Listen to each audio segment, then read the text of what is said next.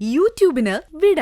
സൂര്യയിലെ എല്ലാ പരമ്പരകളും സംരക്ഷണത്തിന് ശേഷം തികച്ചും സൗജന്യമായി സൺ നെക്സ്റ്റ് ആപ്പ് ഡൗൺലോഡ് ചെയ്യൂ. കണ്ടാസ്വദിക്കാം നിങ്ങളുടെ പ്രിയ പരമ്പരകൾ. താൻ അറിയാതെയെങ്കിലും മറ്റൊന്നായി പരിഹസിച്ചില്ലെങ്കിലും മറ്റൊരുത്തർക്ക് വേണ്ടിയെന്നാകിലും ഇങ്ങനെ ചൊല്ലിയാ മതിയെന്നാണ്.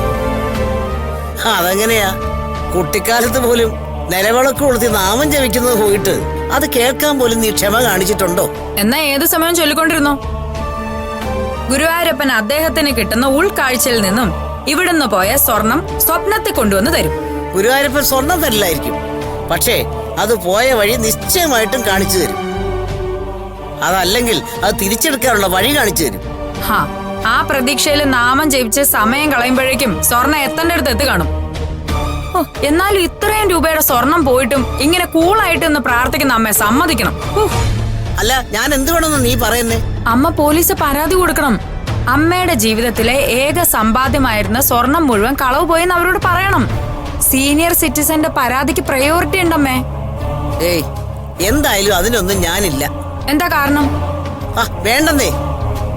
പരാതിപ്പെടാതിരിക്കാൻ ഒരു കാരണം വേണ്ടേ? ഇനിയും അമ്മ തന്നെയാണോ സ്വർണം മാറ്റിവെച്ചു? കയ്യിൽ ഞാനെ പോനെയായി പോയി, അല്ലെങ്കിൽ എന്റെ വായിരിക്കുന്ന നീ കേട്ടേനെ. അവര് വന്നൊന്ന് ചോദിച്ച എല്ലാം പുറത്തു വരുമെന്ന വസന്തേട്ടൻ പറയുന്ന ശരിയാ. പക്ഷെ വേറൊരു കാര്യമുണ്ട്.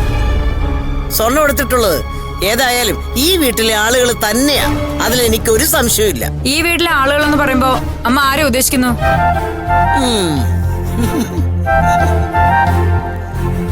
എന്താ ചിരിക്കുന്നേ? ഇനി എന്നെ സംശയിക്കണ്ട കേട്ടോ, ഞാനൊന്നും എടുത്തിട്ടില്ല. നീ എടുത്തെന്ന് ഞാൻ പറഞ്ഞില്ലല്ലോ, പിന്നെന്തിനാ എന്നെ കണ്ട കിണ്ണം കെട്ടോന്ന് ചോദിക്കുന്നത്? അല്ല, ഈ വീട്ടിലെ ആളുകൾ എന്ന് പറയുമ്പോ ഞാനും ഇതിൽ പെടുവല്ലോ.